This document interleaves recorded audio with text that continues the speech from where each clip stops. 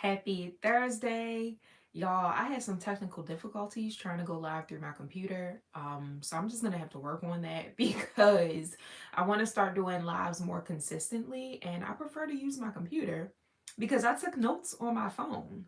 So I had to literally email all my notes to myself so that I can have access to them on my computer while I go live on my phone. So yeah, y'all, it's a lot, but thank y'all for um just sticking with me and yeah. So welcome. If you are new here, welcome, welcome. If you are back, I'm excited to see you. I'm excited to answer your questions and to just be a resource for you. For those of you who don't know me, my name is Kristen Johnson. I'm first the CEO and founder of SCB Luxury Styling, where I help aspiring, sophisticated women align their inner beauty with their outer appearance. I've been styling for over a decade and absolutely love helping women to grow their confidence, build capsule wardrobes, and help them to learn more about their body shapes because that's super important. But aside from that, from being a stylist, I also started coaching other stylists as well, specifically personal stylists at PSU. Project Style University is my business and brand that I absolutely love. And I basically help first generation stylists really hone in on their love for styling and turn it into a profitable business. Because as stylists, we are business owners. We're not just creatives, we're not just fashion gurus, we're not just that. We run businesses and we're serious about our business. So I help stylists really launch, grow, and scale their businesses. And I do that through coaching, mentorship, and educational videos, live segments, and all the things. So today I really want to talk about the 5 things that let me catch my breath. Today, I really want to talk about the 5 things that stylists should stop doing that is probably hindering their business. Now, some of these things I have done, some of these things I have caught myself doing most recently. So this I'm helping myself, but I'm also helping you as well, and to just give you a different perspective on what running a styling business can look like for you. I mean, there are so many things that stylists do that work for them, and other things may not work for you, and vice versa. We're all our own individual person. And as personal stylists, we work with different types of people, we do different types of things, and we do it in our own unique way. But there are some things that I want to specifically point out that I know that will shift your mindset and just give you a different perspective on what being a personal stylist. I like to call myself a style savant, and I like to call y'all CEO stylists because we're CEOs and we do more than what the traditional stylist does. So I'm excited for y'all to be here. Let me know in the comments where you are from. I don't even know if I could see the comments, y'all. Like, this is so interesting being on my phone. Let me see what I can do. I don't even know. Show most messages with potential spam. Show every message. Okay, so I should be able to see the messages as they come in. Okay, so let me know where y'all are watching from. Let me know what y'all are excited about in this live segment. Hey, hey, I'm not going to keep y'all for too long. This should be very brief, very short, sweet, and to the point. And of course, you can always come back and watch this later. I'm going to save this to my profile so you can do that. And I'm looking forward to answering any of you all's questions that you may have about being a stylist. There are so many different types of stylists that you can be, but I'm specifically a personal stylist. Like I said, I like to call myself a style savant because I do more than just personal styling, y'all. It's more than just putting outfits together, it's more than just going shopping and curating looks. It's really about transforming your clients' lives. It's really about serving your audience and making sure that you are solving their problems. Hey, Denise. Hey, Jack. We have Shanika here as well. But I'm super excited to just learn more about what you all need and how I can best help you. So let's hop right into it because there are some things that I'm gonna need y'all to stop doing so that y'all could really just show up successfully as a stylist, show up as a professional, and really make sure that you are serving your audience. So the first thing I have on my list, stop trying to help everybody. I'm gonna say that again as I pick up my coffee because I need this right now. Stop trying to help everybody. And what I mean by that is everybody is not your client. Everybody who reaches out to you and inquires about what you do as a stylist and how the process works and what services you offer, all the things, many of them have never worked with a stylist before. So they have no idea what it is that you do. They have no idea how you do it. None of those things. Even if they have gone to your website, even if they've been following you for quite some time, people don't read, they don't pay attention, they just don't know. So I really am encouraging you all to stop trying to help everybody. Everybody is not your audience. People are going to come to you looking for a specific type of experience that you do not offer. Does that mean you should start offering that experience because this person is wanting to work with you and looking for that specific experience? No, that doesn't mean that. Just because someone comes to you and they're looking for something that you don't offer doesn't mean you should start offering that. Trust me, I've done it in the past. And it got to a point where I was offering 12 different services, y'all, because I was trying to meet everybody's needs. I was trying to meet everybody's needs. And it got to a point where I was offering, like I said, 12 different types of services. Why was I offering that many services? Trying to help everybody. I was offering closet cleanses, travel styling, event styling, virtual styling, capsule wardrobe building, photo shoot styling, all the things. For what? For what? And I lie to you not, maybe one person got the capsule wardrobe styling. Maybe one person got the travel styling. Why was I offering that many services? So stop trying to help everybody. The important thing about being a stylist is truly niching down and understanding who your audience is. Who exactly are you serving and why? What problems do they have? Make sure that you are solving their problems because as service providers, that's what we are. We're solving their problems. So these clients are coming to you and they want you to do the surface level things. They want you to put an outfit together for me, or help me to curate a new wardrobe, or cleanse my wardrobe, or help me, show me how to go shopping. All of that is great, and you can do all of that. But the other meaning behind why they need all of those things is something completely different. So the underlying issues. What exactly are they experiencing that's making them now want to cleanse their wardrobe? What new life transitions are they going through that's now making them want to learn how to shop for themselves? Something had to have happened for them to want to reach out to a stylist. Not the average person isn't sitting around thinking like, oh, I'm gonna hire a stylist today. Like nobody's thinking that. Everybody reaches out to a service provider or an expert because they need something.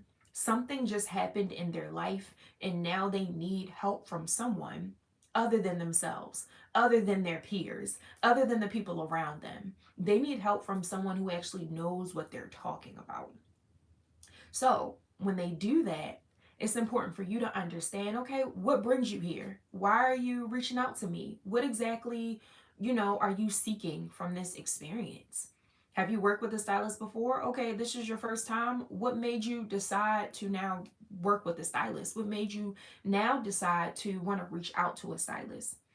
Because people can style themselves. Let's be completely honest, y'all. People can style themselves, but they come to stylists for a reason. They come to us for a reason. They need our help. They don't have the capacity, they don't have the time, they don't have the knowledge. They just don't know where to start. There's so many reasons why. So figure out what that reason is. And the more you work with people who you desire to work with, the more you'll understand what types of people you're meant to serve and what their problems are and what they're coming to you for. And then you'll be able to create services and packages around that specific problem. So that way it'll always make sense. and the right people will always reach out to you. And when the right people don't reach out to you, because trust me, it will continue to happen every once in a while, people who are looking for a specific type of experience that I don't offer reach out to me. And I'm like, yeah, I don't actually do that, but I can refer you to someone else. Yeah, I don't actually do that, but this is what I do. A lot of the times people don't even know what they're looking for. People don't even know what they need. So it's important for you to give them the opportunity to learn more about you and what you do and how you can help them, what you can do to change their life, because they don't even realize that you can even do what it is that you do. So I hope that makes sense. Denise has a question for me. What is the maximum number of services you believe should be enough? So I actually offer packages. I don't think you should be offering any more than 3 packages, to be honest with you. You don't need all these different options. You don't need all these different services. And the packages are a package of services. So within one package can be multiple different services. You're taking them through a sequential experience, if that makes sense. So once one thing happens, you then move on to the next thing and then the next thing until you reach the end of the experience. So I offer packages that I like to call styling experiences. So just having that one-off service to me never really made sense, because they're only coming to you for that one thing and then that's it. And then 9 times out of 10 they won't ever come back. And if they do come back, they're just going to want that one thing again. And it's like, I'm not about to keep doing this. I want you to continuously work with me. I want you to refer me to other people. I want you to actually transform. I don't feel like I can transform someone's life by just cleaning out their closet for 3 hours one time. Like, that's not enough time for me to teach them anything. That's not enough time for them to learn anything. And yeah, I'm glad that makes sense. Because it's a lot that goes into that. So, number two, because I said we have 5 things that I want y'all to stop doing. So, that was number one. Number two is lowering your prices just to get a client. Lowering your prices just to get a client is something that I want all stylists to stop doing, because we do it. And I know that we do it because I've done it. I've done it in the past, and it never benefited me at all. And sometimes it didn't even benefit the client. Most of the time, when people are wanting a lower price point for what it is that you have to offer, or they try to talk you down, they just aren't ready for the experience, and or they just don't value what it is that you have to offer. They don't get it. They don't understand it. They're like, well, why do I need to pay $1,500 for you to clean out my closet and buy me new clothes? Like, why? Are the clothes included? No, they're not. So, what exactly am I paying for? Well, you're paying for my expertise, you're paying for my time, you're paying for my knowledge. You're not doing any of the shopping. I am. You're not doing any of the cleaning. I am. So there's a lot that goes into these packages and these styling experience that I've referred to at the beginning of this video. And people who aren't in our industry just don't get it. They don't understand it. Most of them have never, like I said, worked with a stylist before, so they don't know. And it's not their fault, but it is important for you to explain to them why, you are doing this, why you are so passionate about helping them and serving them, why, not even explaining to them why your price is your price, because you don't need to explain that to anyone. But what you can explain to them is what's included in the price. So for one of my packages, my highest price point is $3,500. And within that price point, there is a lot that goes with it. I'm taking my clients through an entire experience. So we start with the consultation, and this is after they have had their free call with me. This is after they have had their session with me that kind of vets them and really gives them a taste of what it is that the experience has to offer, if that makes sense, and just kind of walks them through what to expect. And then after that, then they confirm and move forward with the investment. And with that investment, I'm working with the client for 8 weeks. So 8 weeks of my time is being spent working with this client. And from there, we start with the consultation. And then each week is something different that we're focusing on. We also meet a couple of times throughout those 8 weeks virtually. And I'm recording those sessions and sending that. That's added value. The consultation is about an hour, and that's also recorded. That's added value. I'm creating mood boards for them. I'm creating a shoppable lookbook for them. That's added value. I'm shopping for them. That's added value. I'm educating them throughout those sessions. That's added value. I'm also providing them with some deliverables. So, a wardrobe essentials checklist is one of the things that I offer, and a few other digital deliverables that I offer to the clients so that they can have something in their hands, something tangible. Because it's important. Like, I feel like if I'm paying over $1,000 for something, aside from just the experience, I want to leave with something physical. I want to leave with like some notes, some type of direction, some type of something that I can always refer back to, if that makes sense. And that's just my experience. You can do whatever you want in your experience. But I will say, I think it's important to spend enough time with the client to give yourself an opportunity to actually teach them something, to shift the way that they think, to shift their mindset a bit. Because you can't do any of that in just a day or just a couple of hours.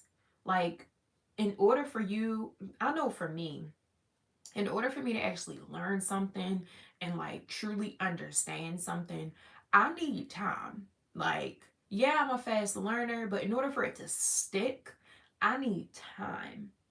And 8 weeks may sound like a long time to some people, but it's really not. 8 weeks is gonna fly by, especially when you're packing all of that value within it. Within those 8 weeks, aside from the educational piece, I also need time to shop. I need time for the items to get delivered. I need time for me to actually make my way to the client's home if they're local. If they're not local, we need to make sure that we're available to meet somewhere, and or maybe we're just doing a virtual experience altogether. Most of my styling experiences are virtual, but I also provide a hybrid experience as well. And that basically means, I'm providing the client with a virtual experience, working with them virtually. And then towards the end of the experience, I actually am able to meet them in person. And that's only for people who are local. Now, if people live outside of where I live, which is Baltimore, Maryland, they have to pay extra for me to travel to them. So it's so important for you to really consider all of that when you are setting your prices for your offers and your packages. It's so much that goes into price points that clients don't see. So they're just looking at the number and they're like, "So, what exactly are you doing for me?" And you're probably going to get asked that quite a few times. So it's important for you to stand firm and be confident in what it is that you're offering, but also make sure that you're clear in what it is that you are offering within that package or within that service and what is included in that price point. Because people are going to ask you. So let me know if y'all have any questions about that. Anything that I can dig deeper into. Moving on to number 3. Stop avoiding LinkedIn. Stop avoiding LinkedIn. Stop avoiding LinkedIn. LinkedIn is a social platform that has helped me to position myself as an expert in my industry, in our industry. And I feel like LinkedIn was something that I was fighting with for a very long time. I have had a LinkedIn profile. I was actually forced to make a LinkedIn profile in college to keep up with my peers and to just prepare me for the job market. So I've had a LinkedIn since 2011, y'all. 2011. I went to North Carolina A&T State University. I studied business management and entrepreneurship. And I lie to you not, probably semester 1. maybe semester two, they made us create a LinkedIn. Like I had no choice. And back then I was connecting with just my peers, like people I knew at my school. I didn't have a job, so I wasn't like connecting with all of these people that were like industry experts or anything like that.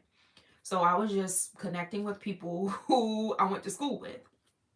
When I graduated in 2015, December of 2015, and I started my first big girl job at a brand called Trunk Club, I got started using LinkedIn again. Mind you, I hadn't really updated it honestly since. But they actually encouraged us to seek clients on LinkedIn for our Trunk Club book of business. And back then, I didn't really know what I was doing. I had Trunk Club on my profile, so people knew that I worked there. And I would just randomly reach out to people like, hey, would you be interested? And a lot of the times I did not get any responses. A lot of the times people weren't interested. And it was just weird for me. I didn't know. And that experience just kind of like made me not really want to be on LinkedIn at all, to be honest with you. So then fast forward to me, growing my own business. I mean, I started styling in 2013. For 3 years, I did editorial styling. And then when I started working at Trunk Club, I transitioned into personal styling. And I was blogging, and I really wanted to continue building my business outside of work because I just felt led to do that. And I'm glad that I did because I got let go eight months later. So I really wasn't there for long. And I've had multiple jobs. And I actually am working on editing a YouTube video to really share my styling story because it's very long and robust, but it still has such an interesting uh it still holds a lot of weight in my life and has made me the stylist that I am today. And I think it's just inspiring to hear other stylists' stories and to learn where they've come from. So look out for that YouTube video when I finally finish editing it because it's kind of long. So I've been like procrastinating. But aside from that, I've worked at other companies and have been let go from other companies. So I've always had my business to fall back on. And I will say, I started taking LinkedIn more seriously, I want to say in 2018. In 2018, that was probably the second time I got let go from a job. Well, the first time I got let go, the second time I actually decided to leave. And I then felt led to start taking my business a little bit more seriously as a stylist. So one of my friends at the time was encouraging me to, use LinkedIn, use LinkedIn. I'm like, I have LinkedIn, but it's just not giving. Like, as a stylist, we're creatives. So we want to see style, we want to see fashion, we want to see what people are wearing, we want to see the brands, we want to see the designers, we want to see all of that. On LinkedIn, you don't necessarily see that. But LinkedIn is a great space for, like I said, for you to position yourself as an expert. So you can literally recreate yourself on LinkedIn. So many stylists on LinkedIn just have their styling experience there. They don't have other jobs that don't pertain to styling. Specifically me. Yeah, I worked at other companies. Yeah, I worked at other jobs that had nothing to do with styling. I don't need to put that on my LinkedIn. If I just want to be seen as a style expert, if I just want to be seen as a style savant, you're only going to see my styling experience on LinkedIn. That's it, which is why I think it's such a cool platform to be on because you're only able to show people what you want them to see. You can go live. You can post content. You can share videos. You can share articles and blog posts and really just show up as a professional in your industry. And I think stylists really miss that part because it's really not about how many likes you get. It's not about how many followers you have. It's not about who follows you. Like, nobody cares about that. That's not what LinkedIn is about. LinkedIn is about being seen as an expert in your industry and people trusting you and people understanding the value that you bring to their life. And you can show up as that on LinkedIn. So if you're a stylist and you don't have a LinkedIn and you're listening to this, please Get your get your butt on LinkedIn right now. Have your cute professional photo with your colorful outfit or whatever it is that you're wearing. You don't have to be super stuffy. And I think that's the thing that stylists think. Like, just because LinkedIn is what it is, they think, oh, I have to be suited and booted or I can't say certain things. No. I mean, obviously, if you're being seen as a professional, you want to talk like one, you want to show up as one. But that doesn't mean you can't be yourself. Wear color, do the crazy hair, do whatever. As long as it's professional, that's all that matters. So get your butt on LinkedIn. I got two more for y'all. The fourth one is stop trying to keep up with the trends, copying every stylist you see. So when I say stop trying to keep up with the trends, I don't mean fashion trends. That's not what I'm talking about. I mean the social media trends. I mean what every other stylist is trying to do and how they're showing up. Stop doing it. When I first started styling, that's exactly what I did. I didn't know what other stylist types were even out there, if that makes sense. I didn't know that you could do all of these different things as a stylist. I didn't know any of that. All I knew was what I saw.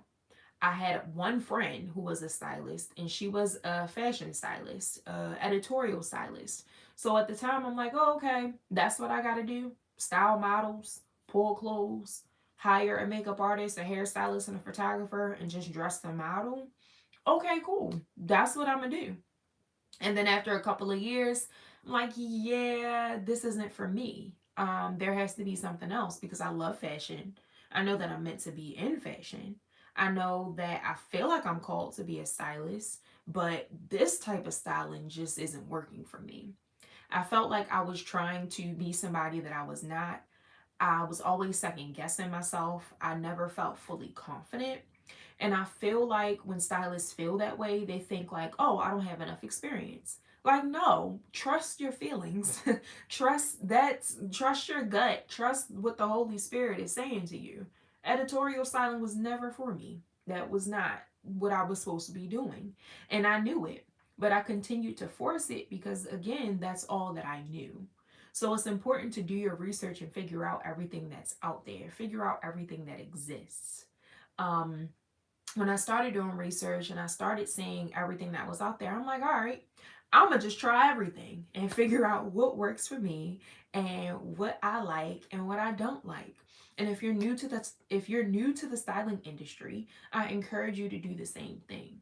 So I've tried e-commerce styling, I've done the fashion styling, I've done wardrobe styling. Of course, I've done virtual styling. I've styled men, I've styled women. Have I styled kids? Kind of, sort of. I used to work at Children's Place. So I got a little taste of everything before I really decided what I wanted to do. Now, there were some types of styling that I did not try. I didn't try set styling because that's not really clothes. That's more so designing a set for a photo shoot or a creative, project. Um, I didn't try costume design because that just wasn't really my thing.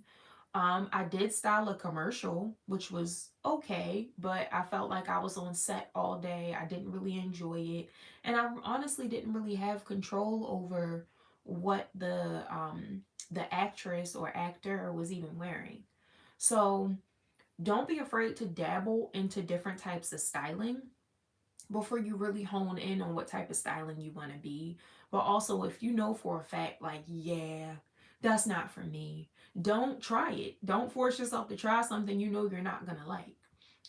So yeah, that is what I'm encouraging you to do. Stop doing what every other stylist is doing and focus on you. Focus on what you want to do. So many stylists haven't even honed in on what they want to do before they're like looking and seeing what every other stylist is doing. I will never forget, I used to see all the time, and sometimes I still do. Stylists have multiple different titles in their bios. I'm a fashion stylist, personal stylist, and wardrobe stylist. Why?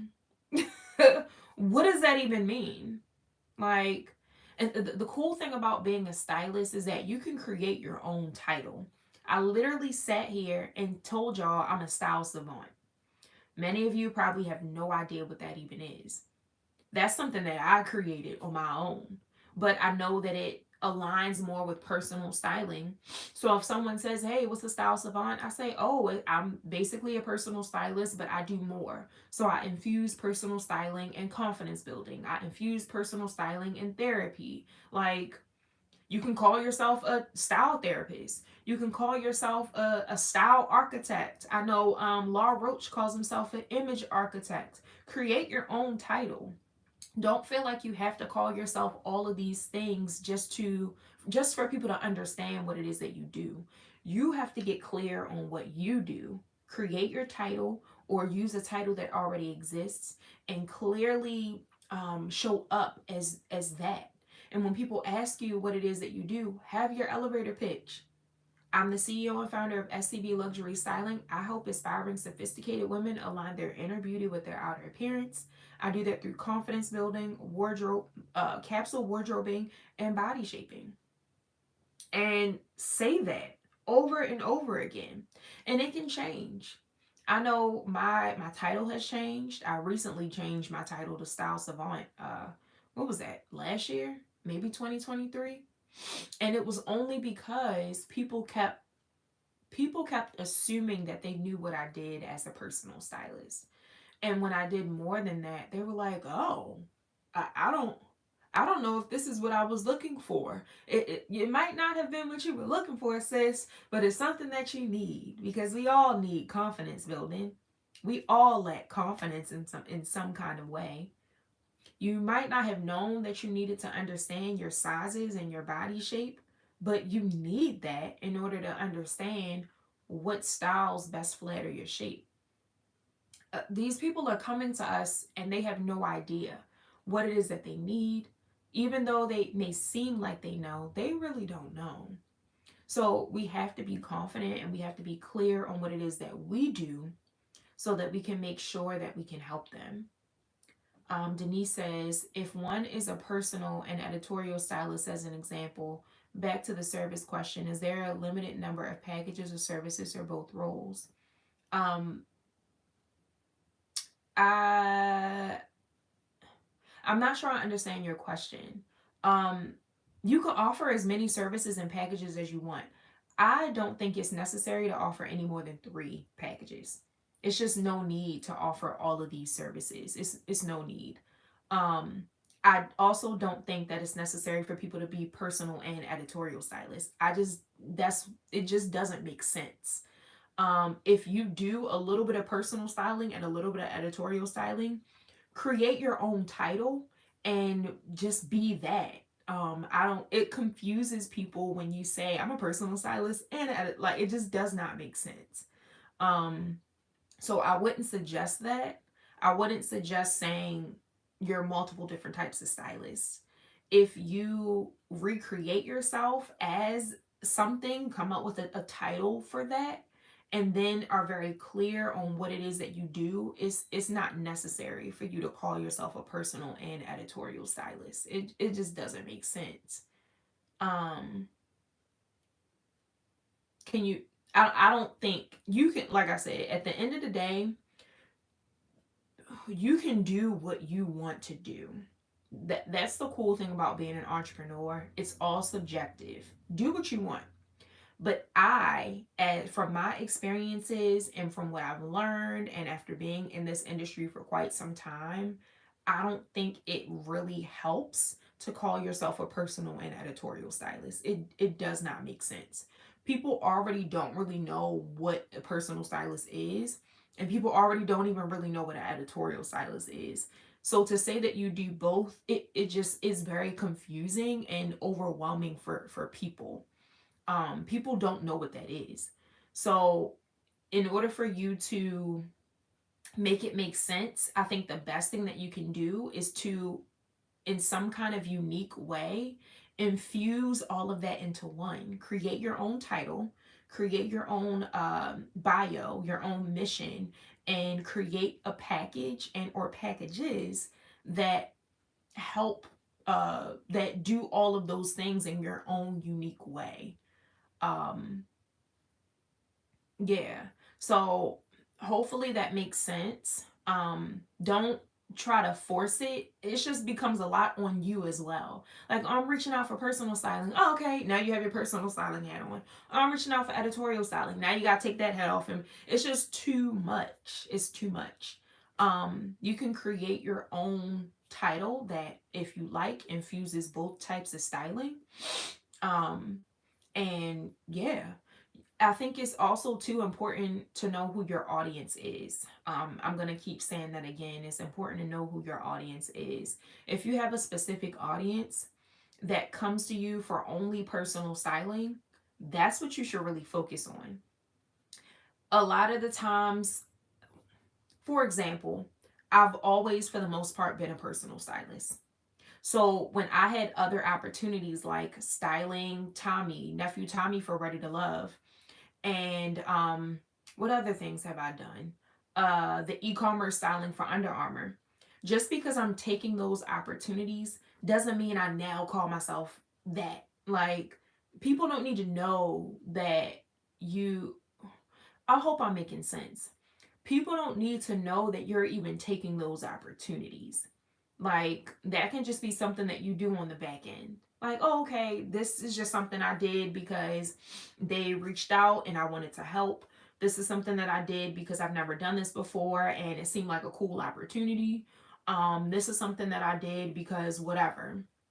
But I'm a personal stylist. So I'm only going to call myself a personal stylist. I'm not now going to call myself a personal stylist and e-commerce stylist because someone reached out to me to do e-commerce styling. Like, I don't need, all the titles are just unnecessary. So just one title is it. But that doesn't mean you have to say no to the other opportunities that come to you that aren't personal styling. As long as it aligns with your goals, as long as it aligns with what you want to do, that's all that matters. Everybody doesn't need to know I'm a personal stylist, but I've also done some editorial styling work, so I'm gonna just call myself that too. Like, it's just too much. So yeah, I'm glad that's making sense. I'm glad. So last but not least, because I was talking about 5 things that I want stylists to stop doing. And last but not least, I'm going to say stop trying to do it without God. Stop trying to do it without God. The one thing that has grown my faith throughout this entire time, has just my entire career and my entire journey, has been that.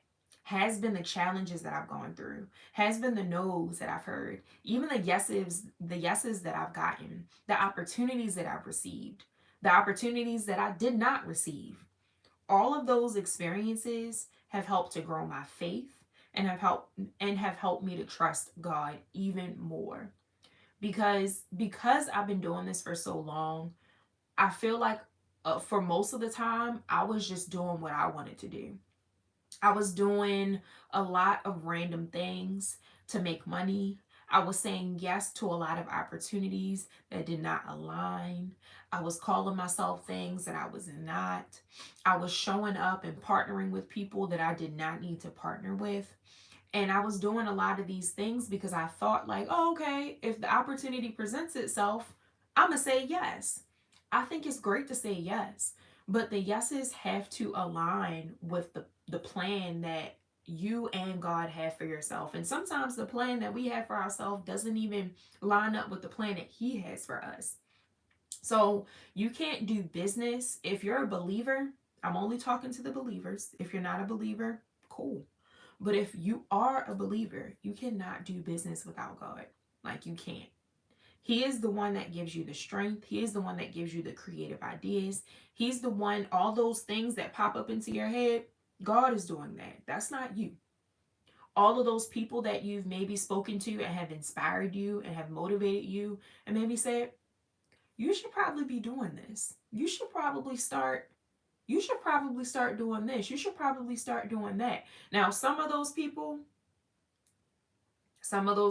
I wouldn't listen to.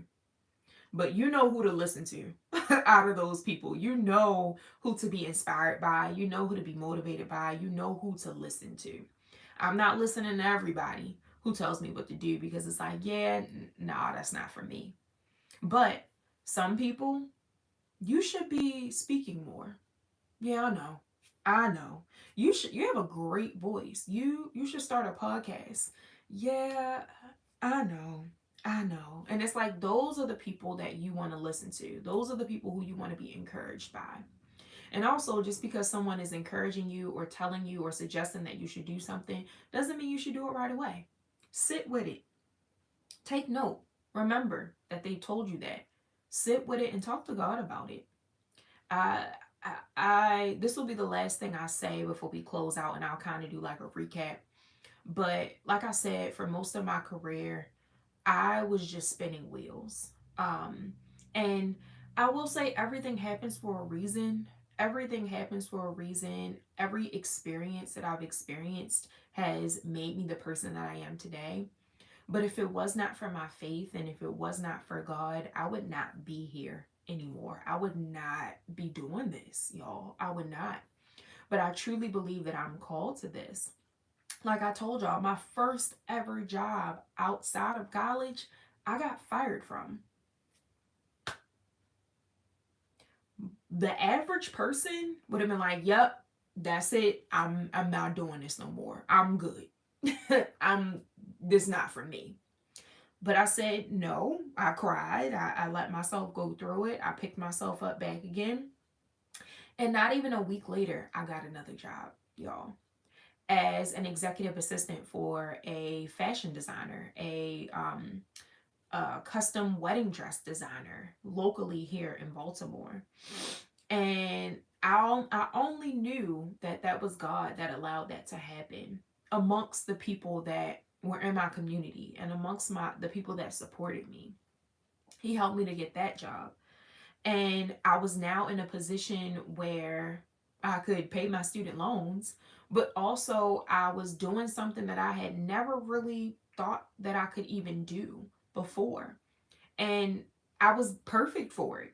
I was organized. I was great with sending emails. I was great with customer service. I was great with a lot of things. And although that was a job that I ended up deciding to leave for a lot of reasons, I learned so much in that position.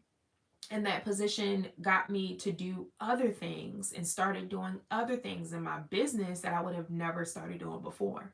I started sending emails in my business more consistently. I started blogging again. There were so many things that that position encouraged me to get back to doing that I had stopped doing before. And of course, I can go on and on about my journey and my story and what happened after that, but just things like that, really just encouraged me to keep going. And it just made me feel like, okay, yeah, that was a hiccup. Yeah, that was a challenge. Um, but it made me stronger and it made me the person who I am today. um and I know for me sometimes I how can I explain it? For me, when it comes to time, like, I just feel like, oh, if I've been doing something for so long, I should be at a certain stage in my life. I should be at a certain level in my career. And for a lot of people that's true, but for some people it depends on how you look at it. Because, yeah, I'm still not exactly where I want to be, but I've done so much and I've learned so much. And honestly, y'all, 11 years is not that long. Think about it. When you're 11, like, you have so much more life to live. You don't barely even know anything. So, 11 years in, y'all, like, it sounds like such a long time to be in business, but it's also not that long at all. So if you're just starting out, if you're 2 years in, if you're 3 years in, 5 years in, you have so much more life to live. You have so much more to learn. If you haven't even gotten started yet, you don't even know what's ahead of you.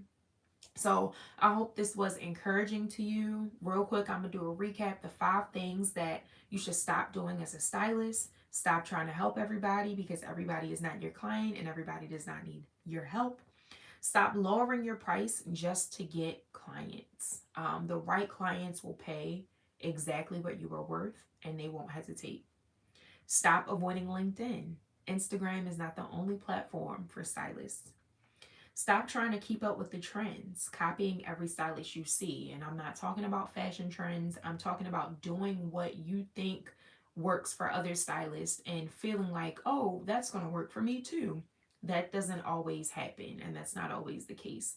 So just focus on you and focus on what's right in front of you and what you're doing. And last but not least, stop trying to do this business thing, this styling thing without God. If you are a believer, you believe that God died for our sins on the cross and other things, then I want you to believe that He is the one that's in control of your journey. He is the one that carved out this plan and this path for you.